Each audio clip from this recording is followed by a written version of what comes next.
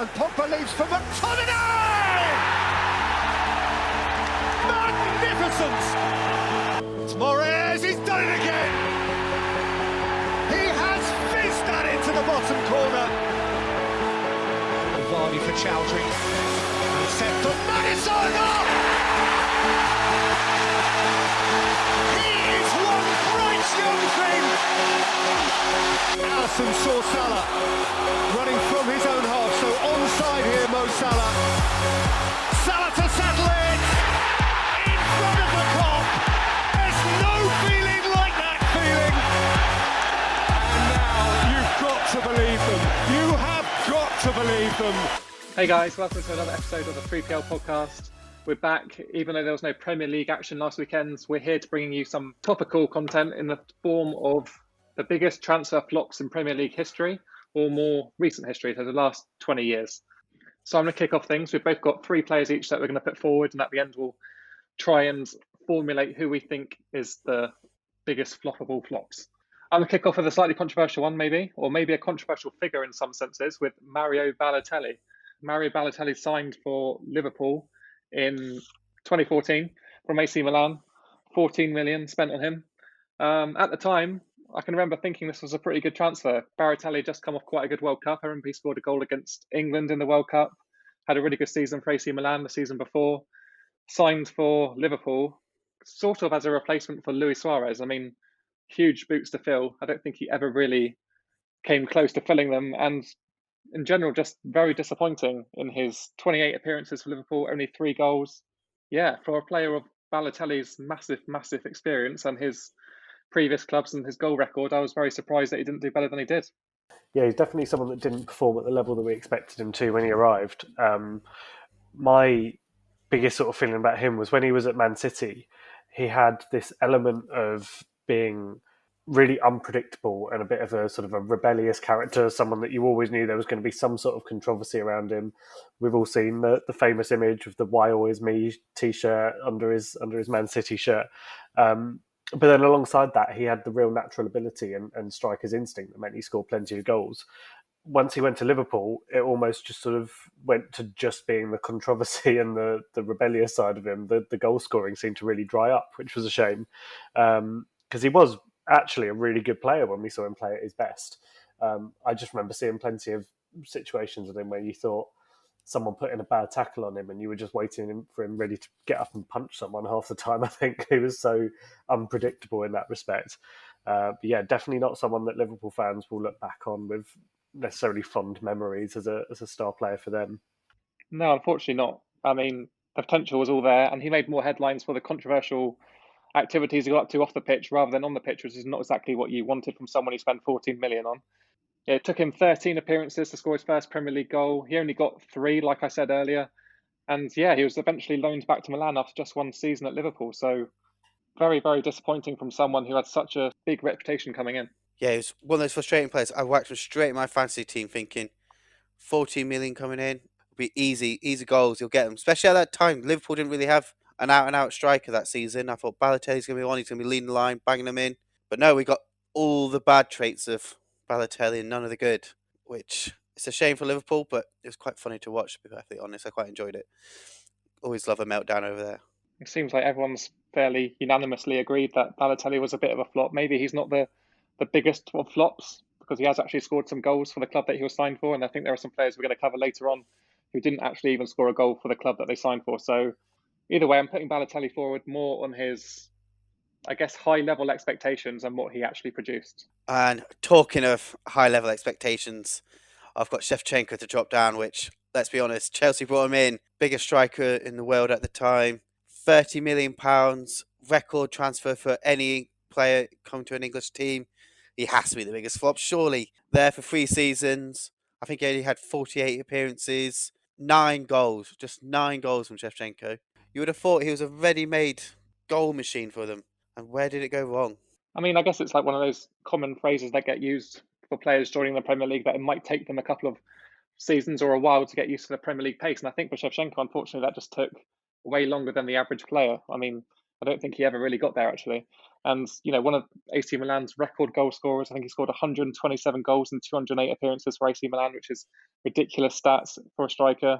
Probably go down in folklore as one of AC Milan's greatest ever strikers. And then he made the switch to the Premier League and just couldn't convert that form. I remember one highlight, I guess, from very few to pick from was his goal against Tottenham. I'm not sure what that was, the first season he was there or the second season, but I remember him picking out the top corner from the edge of the penalty box. And, you thought once he got that first goal, he might push on and, become that player that everyone thought he was going to be. But yeah, it just did not happen for him. And it's a shame because his legacy got tarnished really by spending that time at Chelsea. Yeah, that goal you just mentioned was sort of the glimpse of what we all thought he was going to be doing regularly in the Premier League. I remember when he signed, being so jealous of Chelsea and thinking what a great player they'd got.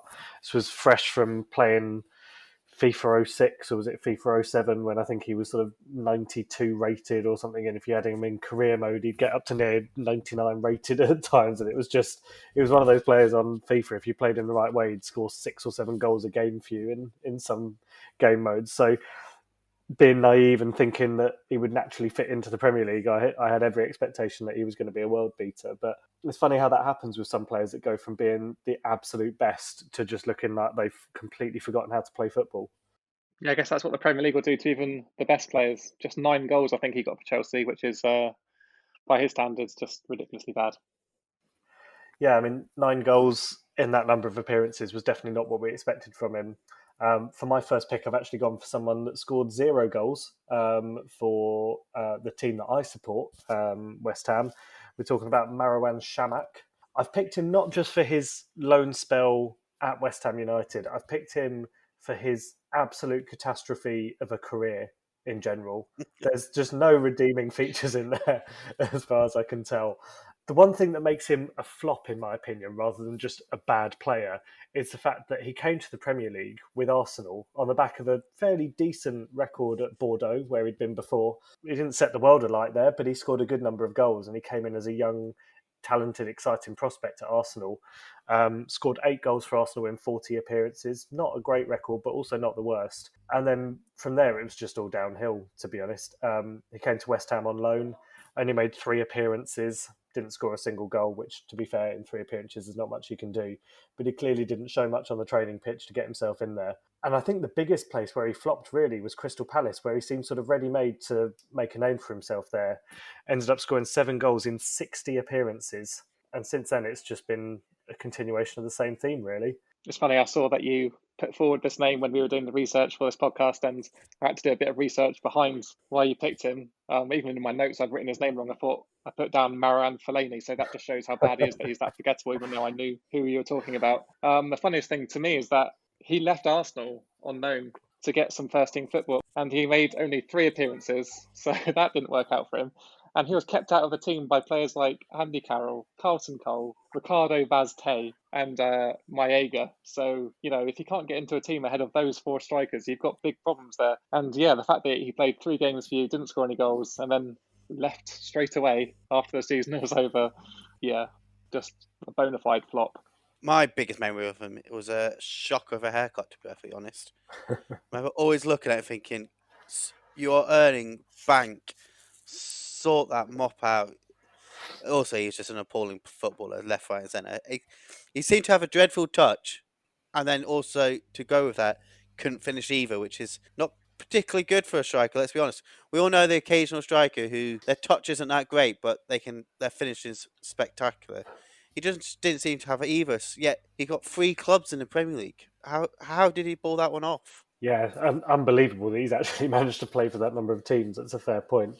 The haircut was absolutely atrocious, you're right. I mean, you got to feel for the guy. He clearly had a pretty bad receding hairline, which is something that plenty of people have suffered for him in their time, but he just definitely didn't find the right way to deal with it, did he? It was something else. I can't believe that no one in his time in England told him that was a bad way to go.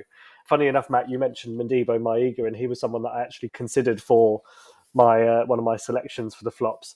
So considering Chamakh was kept out of the team by Maega, that gives you a real idea of quite how bad he was. Well, it's funny that you bring him up, actually, because he scored a goal against Southampton, I believe. So I actually remember him doing well for West Ham rather than Chamakh. But yeah, fair play to Chamakh's agent. He's got him some good moves.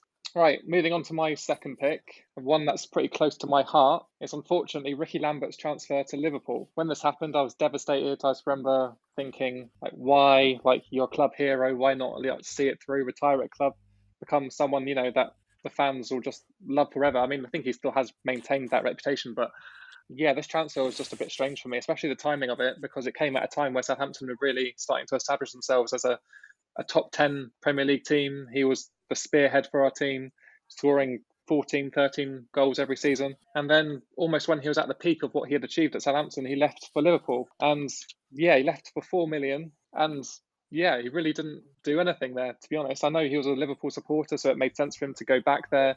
He thought he might not get another chance, but he only managed 2 goals in 25 appearances for Liverpool and only had one season there. And then he went off to West Brom and subsequently Cardiff. So yeah, it's pretty disappointing, really, because you would think that someone like Ricky Lambert would have, thought sensibly about the move and thought, I'm probably not going to make the starting 11 in Liverpool like too often, so why go there and waste my career when I could be playing week in, week out with Southampton? Yeah, one fun fact about his time at Liverpool, I guess, is that one of the goals that he did score was actually assisted by Adam Lallana. So it's quite nice to see that Southampton link up, even if it was at Liverpool. So yeah, strange one for me. Yeah, I'm going to have to agree with you. It was a bit of a flop over there, which is it's hard to say because very much like yourself, I loved him when he played for us. What a player! He'd just broken into the England side. I think it was just a really ill-timed move for him. It was just at the wrong end of his career to be moved to a club like Liverpool. I'm amazed that he got 25 games. I didn't think he had played that much. I know quite a few probably came on off the bench, but it wasn't the right move for him. I think that almost sort of sums up for me where Liverpool were at that era. That they just you think of Liverpool now and you see that the success they've had and the team they've assembled, the manager they've got, Jurgen Klopp, and you think a few years ago their two big signings for strikers were Ricky Lambert and Balotelli. You think what a change they have made in those years and what a recovery it's been, and fair play to them to go from that to where they are now. But yeah, I think for when even when that signing happened with Ricky Lambert signing for Liverpool, I just couldn't see it working out when the signing was made. It was a really strange one. I know it was that time when Liverpool's scouting network seemed to consist of one bloke with a season ticket at St Mary's, but even then it didn't make sense. Yes, he was doing well for Southampton, but you looked at the type of goals he was scoring and the way he was making things happen for Southampton. It didn't really fit into the Liverpool way of playing. He was never going to be the talisman striker that they were after. So I really don't understand why they signed him, and I wasn't at all surprised that it turned out to be a complete failure. Yeah, probably the worst thing about this move, in my opinion, as well, is that he ruined the record that he had set at Southampton. He had scored every penalty that he had taken for Southampton, and then he went to Liverpool, and in pre-season he actually missed a penalty, which was almost unheard of from Ricky Lambert, who just was super reliable from the spot. I think he took 30 penalties, scored them all for Southampton. So yeah, I mean, if ever a move wasn't going to work out from one small little thing like that, missing a penalty in pre-season probably said it all about Ricky Lambert at Liverpool. And from one player leaving Southampton to one coming in, and I'm going to say even bigger flop than Ricky Lambert to Liverpool. Guido Carrillo to Southampton. We've had some shockers over the last few seasons, but he has to be the top of the bunch. Dreadful, just absolutely dreadful. Played, I think it was 8 games? No, 7 games. 7 games. Not a single goal. It's just disgraceful. We spent a lot of money on him, £19 million. 7 games, 2 seasons, 3 seasons now, coming up to our 3rd season. And it's just ridiculous.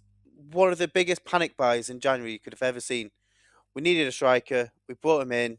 He's done absolutely nothing. And I could have named a list as long as my arm for Southampton with some really dreadful signings which have been flops. But it takes some doing to be the top of that list. And what a player he is. The funny thing with this guy, when you put him on your list earlier and I had a look at it, I thought, I'm not sure he's really a flop because I've never heard of him anyway. So it doesn't really, I don't, it's just sort of one of those players that comes to the Premier League and doesn't do anything. And then you told me that you signed him for 19 million.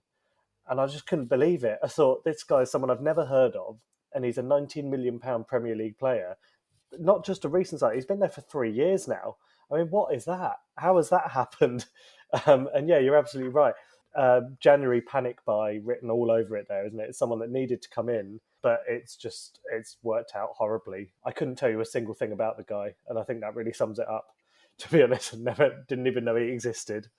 Yeah, it's funny. I'm a Southampton fan, and I can't really tell you anything about him either. He was here, yeah, like you say, for 3 seasons, but he spent 2 of those on loan elsewhere. Didn't break into the team after Pellegrino got sacked, who was the man that was responsible for bringing him in the first place. And then we shipped him out over and over again. And only now have we got rid of him on a free. So lost 17 million quid's worth of value on this guy just to leave on a 3 years later, just because we needed a striker on deadline day. Yeah, our transfer policy has never been great. And that was the pinnacle of it, I think. I think Les Reed really sealed his fate with that transfer, and he left as director of football the same season. So, yeah, Carrillo is definitely one that will go down in the history books for Southampton, along with some other very famous flops. Yeah, Southampton have a very long list of dishonourable mentions for players who could have made this list. We have Wesley Hoyd, Lamina, Gunn, Elanusi, Juanmi, and then a couple who borderline, like Gaston Ramirez, Buffal. They've scored some great goals, but I think if you looked at the amount of money spent on them, the wages they've been on, they've been shockers, a lot of them, and that is a lot of money we spent, a lot of money which we don't have to spend and have not gone well. Yeah, so moving on from a player that most of us can't really tell you too much about, to someone that we've all definitely heard plenty about in the past, and someone who an awful lot of money was spent on. Di Maria's ill-fated time at Man United has made it onto my list. For me, in terms of players arriving as sort of world-class players and then failing to perform, he has to be up there with the very highest of all of those. He came in on a transfer fee of 60 million, which, that was 5 or 6 seasons ago now. So with inflation, I think that's getting up to near 100 million in terms of what that transfer price would be now. And he came in and was just a shadow of the player that we'd seen before. He came from Real Madrid, where he'd been instrumental in that team for a long time. He was doing really well for the Argentina national team, performing at a really high level. Came to Man United in a time when they were obviously under a bit of turmoil, with Ferguson having left not that long ago, new managers coming in, changes of setup, changes of the ethos of the team. But he was someone that just really never settled in. To start off with, I think he had a couple of good games. I remember there was one game where he scored a couple of goals, which were exceptional goals. But after that, just a complete failure for him to really make an impact. 3 goals in 27 games. And it's not all about goals with him. I think more what you expect from him was his build-up play and his sort of influence on the rest of the game. And we just saw a player that didn't really look like he knew how to play in that side. Yeah, actually, I think Di Maria was the most expensive transfer in British football at the time he signed. Obviously, he inherited the fated number 7 shirt. Big shoes to fill after Ronaldo left. That shirt's never quite been the same since. And it's funny that you say he started well. Actually, he won Player of the Month in the first season that he was in the Premier League with 2 goals and 2 assists. And then after that month, he only went on to score 1 more goal for Manchester United. So very bright start. And I think a lot of us will remember that goal against Leicester where he dinked the keeper from inside the box with a nice little scoop. But yeah, after that, just didn't see anything from him. And yeah, I think he fully deserves to be on this list. A part of me wonders if this was a case of South American player come to the north of England. Weather in September's not so bad. And then, as we all know, as we can all feel at the moment, it does quite turn and turns quickly. And I wonder if that was the type of thing. A South American player used to the heat. Spain's fine. Paris is not as bad as Manchester. We all know that. The weather's shocking up there. So for that change, it might have been too much too soon for him. He was a massive flop. I don't even know why I'm going to try and argue against it.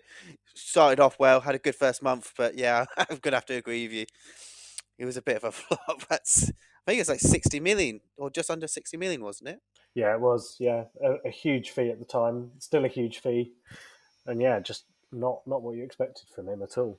From one Manchester United number 7 to another, my next choice is Alexis Sanchez. Similar in many ways to the transfer of Di Maria. Very similar players and ultimately very similar outcomes in a United shirt. Sanchez went to Man United in a swap deal, obviously, with Mkhitaryan. Took on that number 7 shirt as well. Did not live up to it again. For some reason, it just didn't click at Manchester United for Alexis Sanchez, which is surprising to me because at Arsenal, we all saw just how good he could be on his day. I think he won Player of the Season 2 seasons in a row, I think, for Arsenal. And yeah, it seems strange to me that he couldn't translate that form at Manchester United.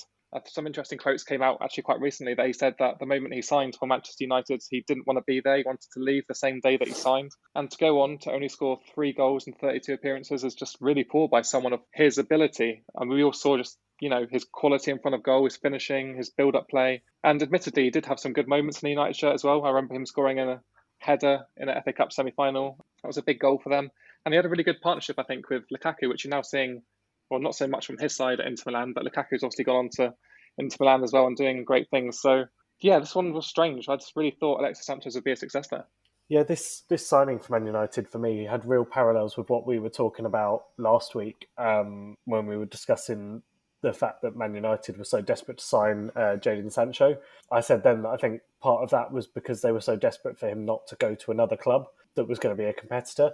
I think this was really what happened with Sanchez. You probably both remember that around the time that he signed, Man City were heavily interested in him, and it was almost like Man United signed him just to stop Man City from signing him. He went on really to perform almost like a completely different footballer. There was very little sign that he was the same player we saw playing for Arsenal, who, as you said, was their player of the season consistently, always performed, had some absolutely outstanding games. And we just never saw that from him at Man United. He clearly never settled in. He was clearly unhappy there. He doesn't have the same excuse, though, that Di Maria had of not being used to the Premier League or not being used to the English climate. Both of those were ones that he should be well aware of by the time he moved to Man United. So really unsure what it was that made him so unsettled there. A lot of me wonders if it's a style of football. I think he was used to being the big fish in a small pond at Arsenal. He was the key player, he was the key man. All the play was always going to come through him. Then he goes to Manchester United, a team which he wasn't just a key man. He was one of several, and it just didn't fall for him. It wasn't the way he wanted to play. It wasn't the style of football that suited him. He'd gone from Barcelona, which was a very passing, very tick-a-tacker kind of football. Arsenal, especially back then, was still playing that style of football, and it suited the way he played. And then to Manchester United, which have always been a bit more of a out wide, more of a counter-attacking team at times. I just think it was all set up against him. But he can't complain because he had some lovely, massive wages, which has been rinsing Man United ever since. Yeah, he's only recently left on a free to back to Inter Milan. I think a lot of the failure you can put down to for Alexis Sanchez at Manchester United was the fact that he was being managed by Louis van Gaal, who really favoured a defensive, counter-attacking build-up play, which obviously at Arsenal you just wouldn't be used to playing. So maybe it just took him a while to adjust to that kind of football, and he just didn't gel well with that philosophy. So as much as it probably is down to Alexis Sanchez and him not performing on a weekly basis, I think Louis van Gaal probably has some part to play in that. Talking of clubs in the Northwest making signings which haven't gone quite to plan, Andy Carroll to Liverpool, huge amount of money spent on him. Yeah, again, he was one of the most expensive, I think the most expensive player Liverpool had ever signed at that point. And what a flop. I think, again, it's another player completely not suited for that style of football. He's a player who wants a bit of a long ball banged in from the wings. Just not designed for Liverpool, who were, even then were trying to play a more intricate style of football. God, could you imagine being Steven Gerrard at the time? Losing Fernando Torres, player you had a wonderful partnership with, playing some great football, getting the goals, nearly winning the league one season. And then you have Andy Carroll come in. This big lump of a forward. Can't control the ball, loves to get injured. God, how heartbreaking. And Carroll's not only been a flop at Liverpool, and then went on to your team, Peter, and went to be a flop there too. You're probably right there. The one bit of defence I would give him for his time at West Ham was that when he did play, he was actually really good for us, and he scored some really important goals, and he was a very influential player in our team. The key part there is that happened when he played, which was very, very rarely, considering how long he was at the team. Yeah, Andy Carroll's time at Liverpool almost strikes me as very similar to the signing of Ricky Lambert, that, as we said with him, not a player that you expected to see playing for Liverpool, not a player that really fit into their style of play. And it turned out very similarly in the sense that he just was not a success for them, was clearly just not designed to play in that team. Add in his injury issues as well, and you just had a recipe for disaster there, and that's how it turned out to be. Yeah, the fact they signed him as a replacement for Torres is just comical, really. Two players with very, very different skill sets. One's a natural born finisher with good turn of pace and, a complete game. Andy Carroll's just a bit of a lump, to put it politely. And if he wasn't winning headers, then he wasn't going to be doing much else in that team. He did somewhat redeem himself, I think, at Liverpool. I remember he got a priceless header against Everton in FA Cup semi-final. And I think that probably has him down in folklore a little bit in Liverpool. Just even if that's all he did, I think that's all you have to do in a Liverpool shirt to make yourself a bit of a cult hero there. So fair play to him for doing that. But on the whole, yeah, very poor. Yeah, I think my one favourite thing about Carroll at Liverpool was the fact that he signed on the same day as Luis Suarez, I think. So you've got that brilliant signing photo of them both standing side by side. Who knew what was going to go on to be the sort of the career path of those two? Suarez went on to be a Liverpool legend, and his next move was to Barcelona, where he scored over 200 goals. Carroll, terrible time at Liverpool, terrible time at West Ham, now back at Newcastle, where I don't think he's scored since he re-signed for them. So, yeah, bit of a downhill slope for him, while Suarez is arguably still pretty much at the top of his game with the way he's been playing recently. I think this also gives us a really good contrast between the Liverpool of back then and the shambles which was their transfers. And the transfers, we've now had 3 players out of the 9, well, 8 so far. 3 players out of the 8 so far, which have been Liverpool, and they have been shockers, absolute flops. You now look at the players they bring in, like Mo Salah, Firmino, Mane, Van Dijk. They've definitely got that transfer market much better. 3 strikers, 3 flops from Liverpool between the years 2011 2014. So, yeah, Jurgen Klopp's definitely done a good job in bringing in some decent talent rather than just some substandard, bang average talent. Yeah, you could say Klopp has stopped the flops. So, Hey. had to get that in somehow. I've been waiting for my moment.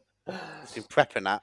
Yeah, but no, on to my favourite flop of all in this. Not necessarily the one that I think is the biggest flop, but my favourite of all, just for the comedy value, is one from my very own team of West Ham, Simone Zaza. Who can forget the penalty that he blazed over the crossbar in the World Cup penalty shootout? And David Gold and David Sullivan looked at that footage and thought, yeah, we'll have a piece of that. And they signed him on loan for the rest of the season, having previously promised us that we were going to get Lacazette or Batshuayi. That was guaranteed, 40 million to spend on them. And then we got Simone Zaza on loan, who went on to score 0 goals for West Ham. My favourite moment of him was a shot from the edge of the box, which went out for a throw-in, actually behind the position on the pitch where he'd been standing at the time he took the shot, which is actually pretty impressive as far as I'm concerned. And yeah, just great comedy value, terrible, terrible footballer. Yeah, terrible footballer, terrible beards to hair ratio, and just terrible in general. It's funny, when he put his name down on this list, I remember typing in, Simone Zaza, West Ham, just to see what kind of compilation it would bring up. And it brought up a compilation where that shot that you just talked about was on there. It went out for a throw-in. And then also Payet's goal from that season, where he, against Middlesbrough, where he ran almost the length of the pitch, took on player after player. And Simone Zaza was just stood there in the penalty box for almost the entirety of the move, just waiting for the ball to arrive at his feet, and it never did, and Payet tucks it away. I think it just says everything about how West Ham fans and how everyone really felt about Simone Zaza. Like, yes, he was there, but we're not giving the ball to him because he's pretty terrible. So, yeah, I think that summed up a lot of the feelings towards him. And, yeah, I have nothing good to say about him, really. I have to say that is one of my favourite compilations I've seen of any footballer.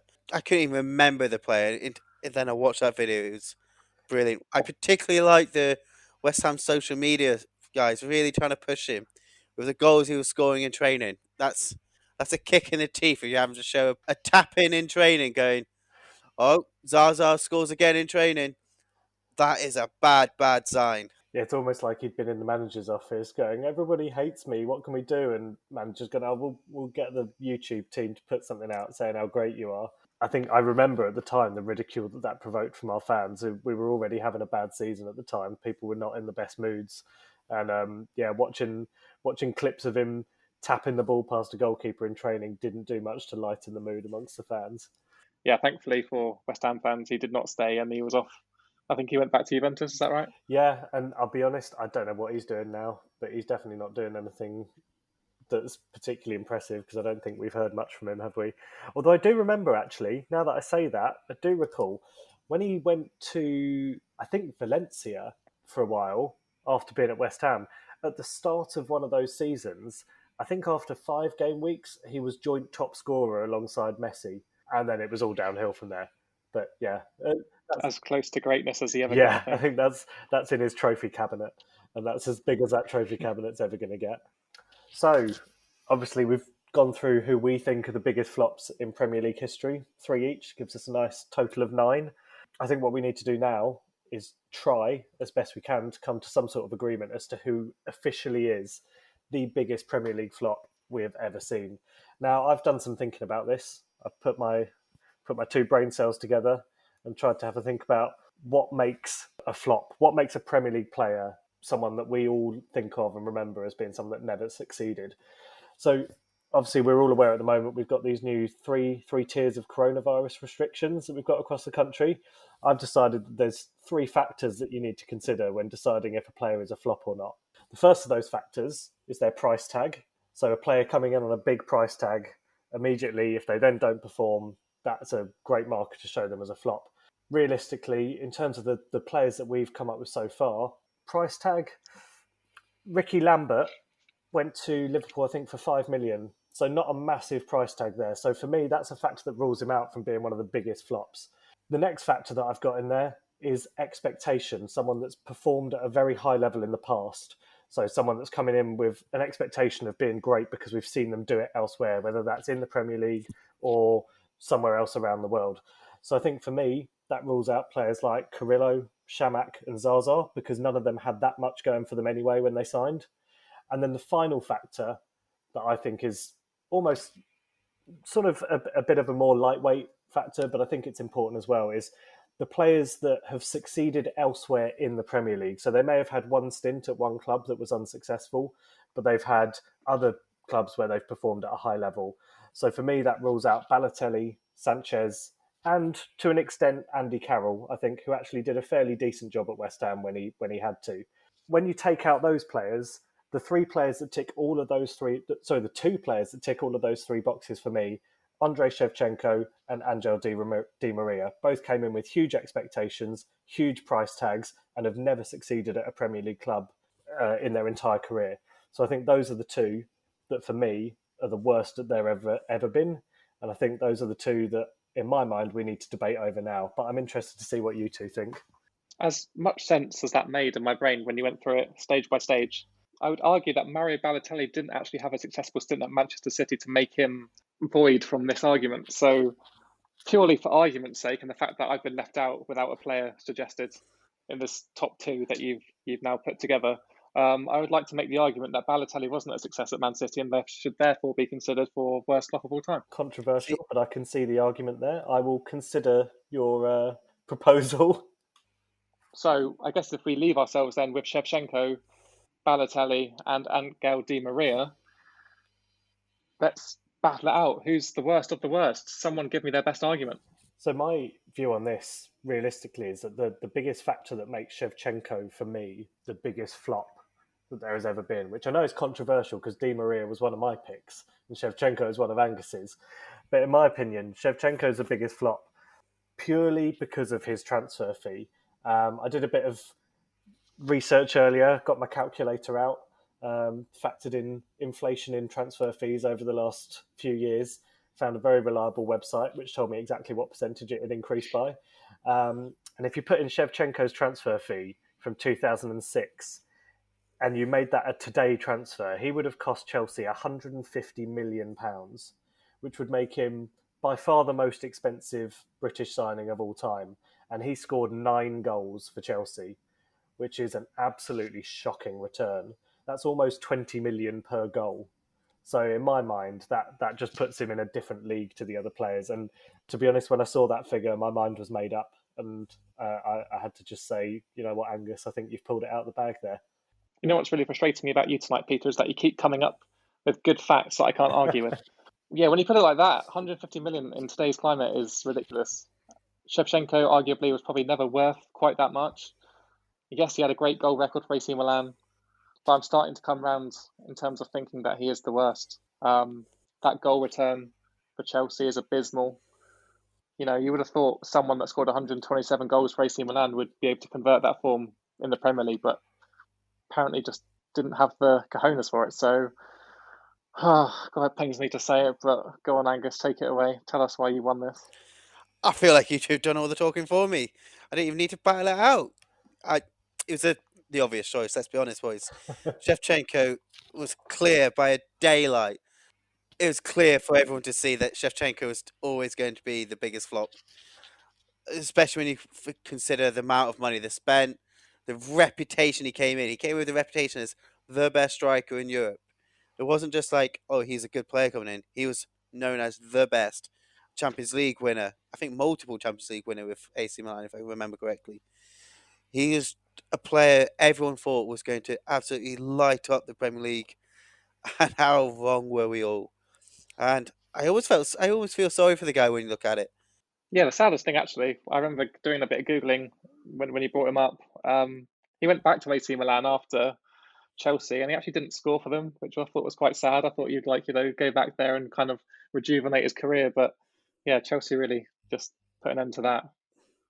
Yeah, it's almost like Shot that his spell at Chelsea just killed his confidence. That was the end of him as a world class player, which is strange to think what could have been if he had come to Chelsea and had hit the ground running and carried on that form. Where would we be now? Chelsea could be, yes, Chelsea have done very well, but if they'd had that sort of talisman playing for them, and even if they'd sold him, they'd have got a ridiculous transfer fee for him. Chelsea could be in a different position right now. He could be arguably recognised as one of the best players the world has ever seen if he'd carried on that form for another few years. Now he goes down as the biggest flop the Premier League has ever seen, which is pretty tragic. Right, we'll let Angus have the main win of this video, I guess. But before we move on, we'll just mention a couple of other players who probably deserve to be in the conversation at least. Right, I'll kick things off then. Two strikers and two players that were really, really good on FIFA. I remember back in the day, like 2016, 2017, if you didn't have these players, you weren't winning games in Ultimate Team. And they were Emmanuel Emenike and Seydou Doumbia. Emenike had a loan spell at West Ham. Don't think he quite showed all his potential there. And same for Doumbia, who went to Newcastle and really didn't perform quite as everyone expected him to. So two pretty notable flops there. I have a couple of goalkeepers who arguably possibly should have been on the list. There's Kepper for Chelsea at the moment. I think he is a flop. Most expensive goalkeeper of all time. And we've seen some howlers in the goal, and also refusing to come off when a manager wants him to come off. All round just being a bit of a crap keeper. And then there's obviously Karius for Liverpool, with that Champions League moment and many, many others. But I think that one's going to live long in the memory. Yeah, I think they're both pretty much as bad as each other, aren't they, really? Karius, that's the only thing you can think about when you think of him, isn't it? That shocking Champions League final. For me, there's two players that sort of stuck out for me. Another Chelsea player, following on from keeper, was Alvaro Morata when he played for them. Just awful. And I think Chelsea fans absolutely hated him when he was there. And then another Chelsea player, Fernando Torres, had a sensational time at Liverpool, one of the world's best players. Couldn't find the net at Chelsea. There's that infamous miss against Man United where he missed an open goal from about 5 yards out. And I think that summed up his entire time at Chelsea. Arguably did score one of their most famous ever goals as well, with that Gary Neville moment on the commentary in the Champions League against Barcelona at the Nou Camp. But I don't think that was enough to redeem himself in the eyes of most Chelsea fans. It's interesting. Those are two players who, I guess, took over that number 9 role, both have the number 9 shirt for Chelsea. And I mentioned earlier, like two players for Manchester United who had the number 7 shirt for Manchester United just didn't perform. Do you guys, I don't know if this is just superstitious or whether it's something a bit more to it. Do you think there's any curse like with shirts? Do you think there is any kind of science behind the expectation, the numbers on the back of your shirt? Surely not, but I mean, it'd be interesting to see what you guys think. I think there's definitely pressure when it comes to it. So for Liverpool, it's the number 9, and then the number 7 at Man United. I think there's definitely pressure. You come in knowing that is a shirt of legends. So you've got, like, for Liverpool, you've got your Fowlers, you've got your Rushes, and then at Man United, you have your Beckhams, your Best, your Ronaldos. And you've got that pressure immediately from day one if you've been given that shirt, especially if you come in as a signing and haven't earned it at that club. You know from day one you're expected to be the leading man, the leading star. And that must be playing in your head from that moment. And usually it also comes with a massive price tag. So for me, it's the pressure. It's definitely the pressure of that position. Yeah, I've got to agree. I'm not one for superstition, so I don't know too much about a curse, but the expectation must be so overbearing sometimes on some of these players. You think of the number 7 at Man United is just like the most iconic shirt. You can almost picture the players wearing it, standing in a row, sort of looking at you if you're putting that shirt on. I think that's only actually going to get worse with the age of social media, with fans being able to voice their opinions. As soon as someone signs and gets given the number 9 for Chelsea or the number 7 for Man United or the number 10 for England or something, you've got that level of expectation on you. All the fans start posting pictures of you lined up alongside the legends, Photoshop to make you look like you're the next best thing. That doesn't help at all, because then they're already thinking that you are the next best thing as soon as you get there. So, yeah, I think huge amount of pressure, huge amount of expectation, and not everybody can handle that. If anything, it's a pretty good argument for players not going with those numbers when they join. I mean, like, they must get a choice when they join not to be given the number 7, the number 9, the number 10, whatever it is. So maybe in future you'll see players with some random numbers like 23, 27, just to avoid that expectation that's obviously like falling on their shoulders as soon as they join the club. I think maybe that's the way forward for these players. Right, and on to Premier League predictions. Nice to have the Premier League back after a 10-day absence of the international break. I'm pretty sure everyone as an England fan is good to have that one over. Terrible, terrible matches to watch, unlike the Premier League. And this Saturday coming, we've got some great fixtures. Starting from the very, very top of the list, the Merseyside derby, Everton-Liverpool. Two teams that have started this season pretty well. I mean, Everton definitely better than Liverpool, but, this game always brings a bit of spice, a bit of fire. And I think this is probably one of the biggest ones I can remember, actually, even though it's early on in the season. This game is probably going to determine how both teams are going to go this season. Everton started great, and I think, arguably they're probably favourites for this game. Liverpool coming off that 7-2 defeat to Aston Villa, Everton at home, banging form. I don't think they're going to win it because I just can't picture it in my head. And if they do, that you've got to be talking about title contenders. But I'm going to go for a draw. I'm going to go for a score draw. I'm going to go 2-2. I think it'll be an entertaining one. I've got to agree. I think this is going to be a really entertaining game. I think this is potentially lined up to be probably the game of the weekend. What a Saturday. You'd have thought they would have made this the Sunday, all these the Sunday fixtures, and this would be the easiest marketing of Super Sunday there's ever been. But no, we're in for an incredible Saturday. Everton, Liverpool, definitely goals. I hate to say the same result, but I think 2-2 as well. I think Everton are going to show their mettle and not going to lose in this match. See, I'm not sure I agree with you both on that one. I think Everton at some stage this season are going to have some bad results, and I feel like it would just be classic for it to be against Liverpool, who are coming off the back of an absolute thrashing at the hands of Aston Villa. I think Liverpool will be angry. Klopp will be angry. I reckon Klopp's been spending a lot of time standing in front of whiteboards over the last 2 weeks, working out what went wrong, looking at who could move around where and who needs to be pressing more in which direction. And he's had all the time in the world to watch every single Everton performance from this season, including their cup games, watch all their players, analyse everything. I think he's going to come out, and I actually think I'm going to go for a 4-0 win to Liverpool. I know it's a wild prediction. But, stranger things have happened, and I think this could be where Everton's season goes off the rails. No pressure, Peter, but your predictions last week were way off, so, I like to be consistent, just consistently shit. To be fair, you always predict a team to lose or win 4-0, so maybe that one's out of the way now. Right, next up we have Southampton Chelsea. Again, two teams that got good results the weekend before the international break, both picking up wins. Chelsea looked like the team that we probably thought we were going to see to start the season. Southampton picking up some momentum a little bit, getting a good win against West Brom. I like to be optimistic, and especially with the deals we've done in the end of the transfer window, look a lot stronger. Yeah, maybe not like super strong. Like, you can't argue that Theo Walcott's going to be a game changer for us, but I think it would be nice to see a resilient performance against Chelsea. And last season we did get a result against Chelsea at Stamford Bridge, so I'm going to go for the same thing again. I'm not going to say we're going to get a win, but I'm going to go for a 1-1 draw and play it somewhat safe. We've seemed to be a bit of a bogey team for Chelsea since we've been back in the Premiership. We seem to pick up every so often. We'll pick up a result there, and I think I'm going to go for another one. I think we're going to sneak a win, 1-0, with a Danny Ings goal. Just that boy getting us goals every game. Definitely think it's better signs for Southampton the last couple of weeks, but I think Chelsea might be starting to shape up a bit, and they've also got the added bonus. I think both Pulisic and Ziyech back in full training this week.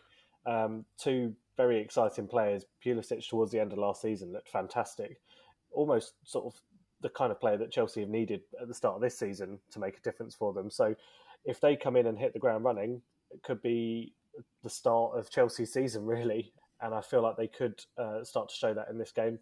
I'm going to go with 2-0 to Chelsea, which is not what you want to hear, but that's how I see this one going. And I think either Pulisic or Ziyech could get an early goal and set themselves up for a good run for the rest of the season.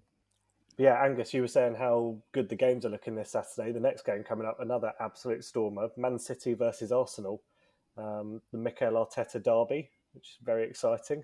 Good to see what happens in this one. Man City really haven't impressed me this season at all. None of their performances have really made me think that they've got anything to challenge for the title. Whereas Arsenal have looked really promising. So I wouldn't be surprised if Arsenal got something from this. I'm going to go for a 2-2 draw in this game. I thought I was going to be the only one backing Arsenal to pick up a point in this game, but clearly not. I think they're going to get a draw as well. I'm going to go for 2 less goals. I'm going to go for a 1-1. But yeah, Man City haven't looked impressive. They're lacking striker. I don't know if Aguero's going to be fit. So Sterling will probably be playing up there again. Didn't look great against Leeds, whereas Arsenal have been picking up a little bit of momentum. And, you've seen that winning ugly thing. So maybe they can just grind out a point at City. And I think that would be really, really positive sign for Arsenal if they can get something at the Etihad. I think I'm going to go for Man City win. And not only am I going to go for Man City win, I'm going to predict a first goal in the Premier League for Delap.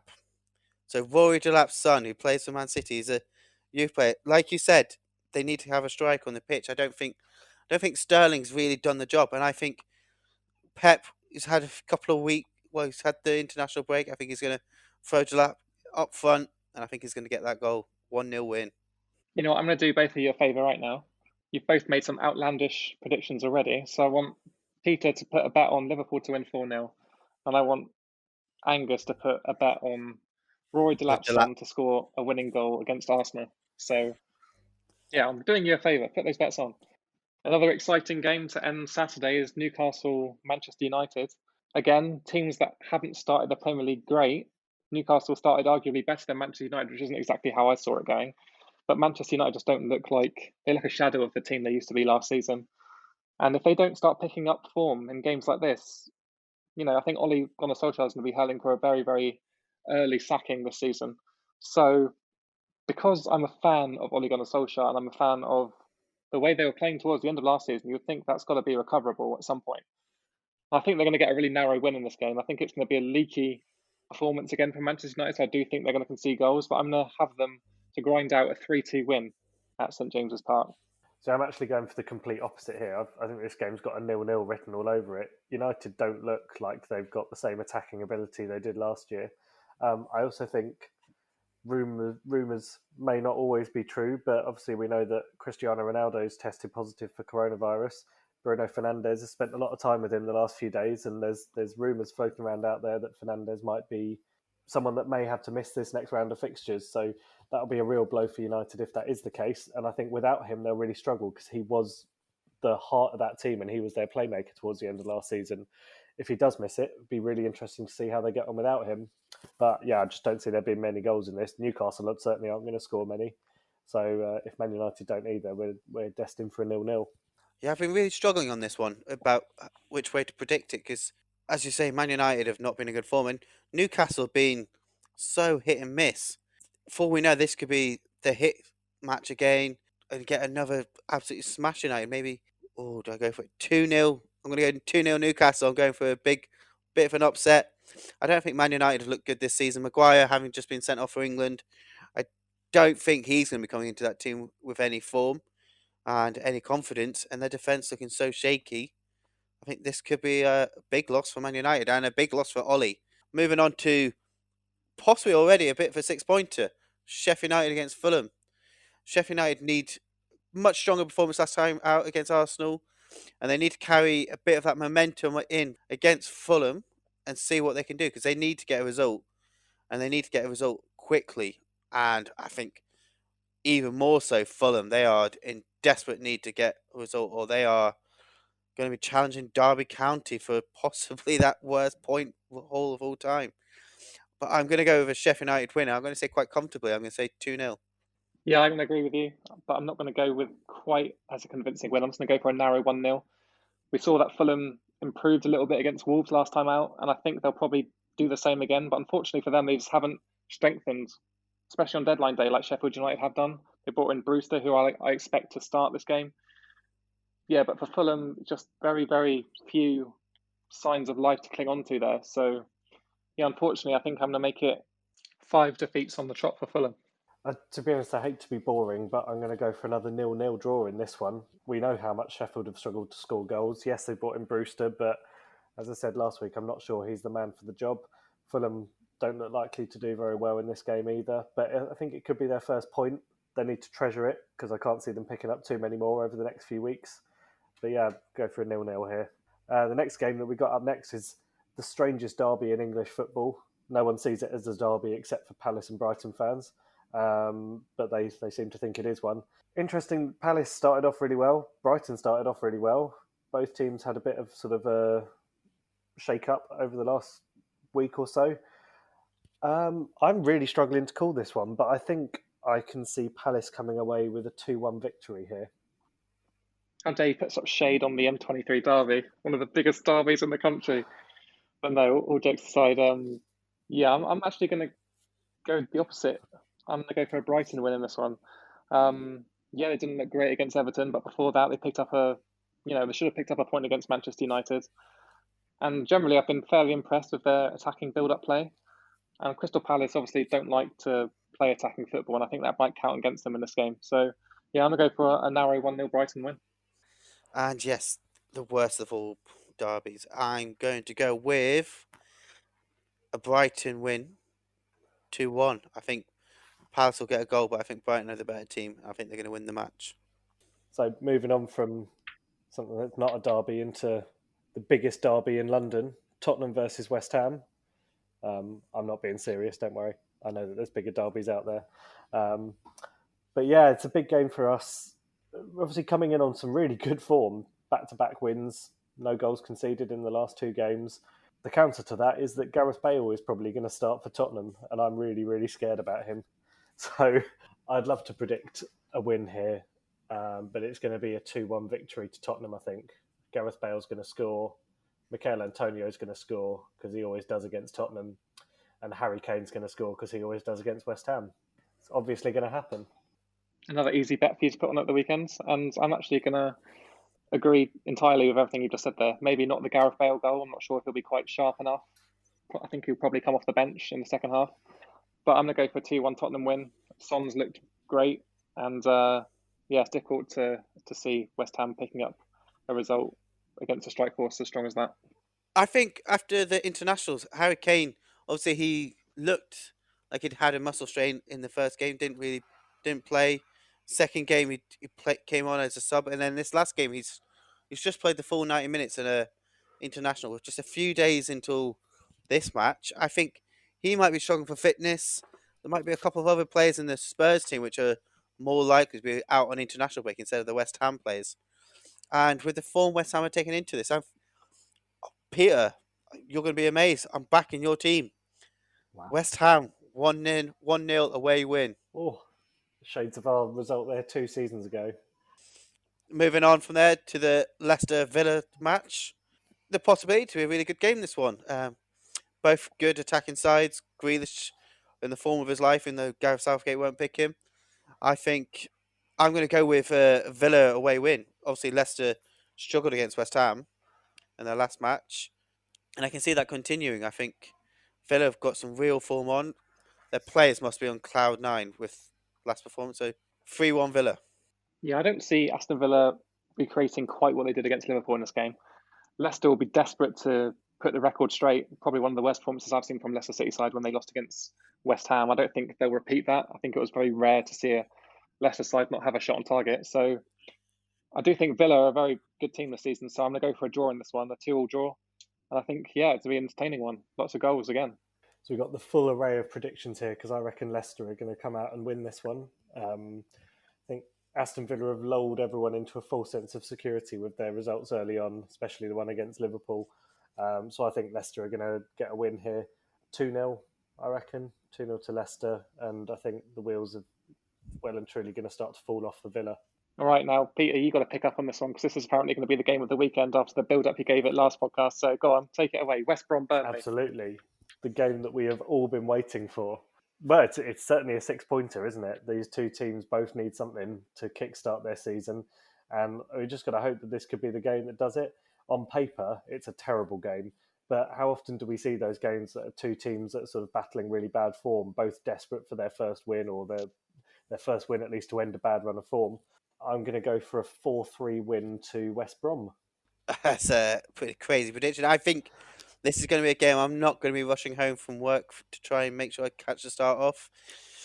It looks pretty dire, let's be honest. I think I'm going to go complete opposite and go with a shock of a match with a 0-0 result. One which is going to, not one to watch on a Monday night. Yeah, Peter, you failed to convince me on this one, unfortunately. I'm joining Angus on the 0-0 brigade. Just can't see it being entertaining. Two teams that are probably so desperate for a win that they're going to try hard not to lose it to. So, yeah, I think a 0-0 draw is probably not a terrible result for either team. And on to a much better game for the Monday night. The one which I think we're all going to be turning on. The one which I think we'll be looking forward to.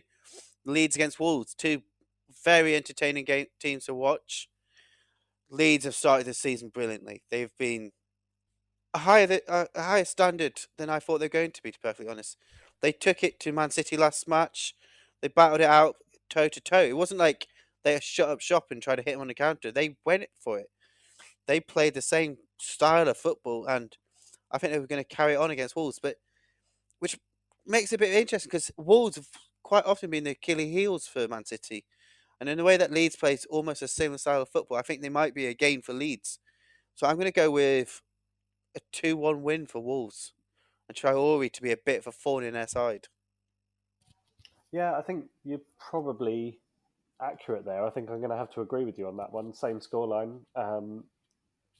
It's been a good start for Leeds, and it's been a strange start for Wolves. I think Leeds will do really well this season, but I think there's going to be some games where they struggle, and I can see this being one of them, to be honest. Yeah, it's interesting you say that. I expected that last weekend when they played Manchester City. I thought Leeds would get exposed, but it didn't happen. And Leeds, again, looked very solid, which was surprising to me. So, again, I'm going the opposite of what you guys have predicted here. I'm going for a 2-1 Leeds win. And I don't want Leeds fans to get too carried away because another win here takes them well into the top half of the table. But I don't think Wolves looked good enough against Fulham last weekend to give me any kind of evidence to prove that they're going to be a match for Fulham. Yes, I think it'll be a tight game, but I think Leeds might edge it on momentum. All right, predictions done, and that brings an end to the podcast. Thank you again to everyone who takes some time out of their week to listen to our podcast. We really appreciate it. We'll be back next week reviewing all the Premier League action from this weekend. And yeah, in the meantime, make sure you are following us on social media to keep up to date with everything we have going on at 3PL Podcast on both Twitter and YouTube. And we'll catch you same time next week.